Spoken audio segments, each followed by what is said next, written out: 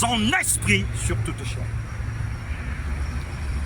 C'est là la victoire de l'Église, d'avoir une position où nous allons prier le Dieu de lumière, de pouvoir envoyer le Saint-Esprit,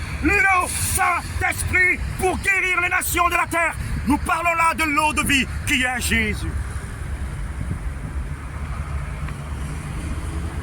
Alors que cette piscine de Bethesda guérissait les malades, mais après le passage de Jésus, l'ange qui agitait les eaux ne venait plus agiter les eaux.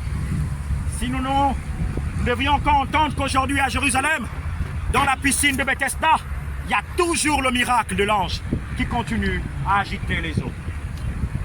Mais l'eau de vie était passée et l'ange a reconnu que le maître est venu. C'est lui la porte des brebis.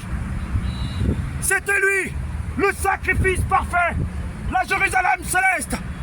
C'est lui Jésus, le divin. Il y avait un grand nombre de malades. Un grand nombre de malades.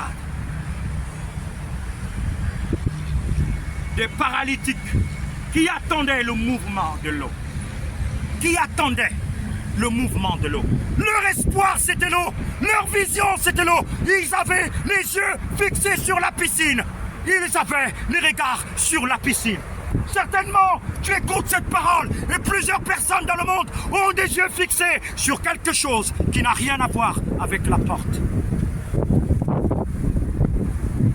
Ceux qui sont venus avant lui, dit Yeshua, Amashia, sont des voleurs et des brigands.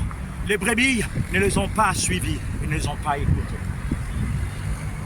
Le bon pasteur est venu donner sa vie pour ses brebis à l'entrée de la porte des brebis. Le sacrifice, c'est Jésus. La porte, c'est Jésus.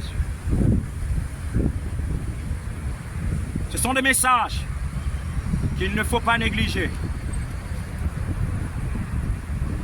Nous sommes en train d'aller là où Dieu est en train de vouloir guérir le monde. Mais la position de l'Église est malade. Il y a plusieurs malades dans l'Église. Des personnes qui cherchent autre chose en dehors de l'Esprit de Christ. Unissons-nous pour sa gloire. Toi qui es dans ce pays où tu te trouves, je ne sais pas où tu es, prie et entends-toi au Saint-Esprit. Nous avons besoin du Saint-Esprit. La clé, la source, l'énergie, la force agissante de Dieu.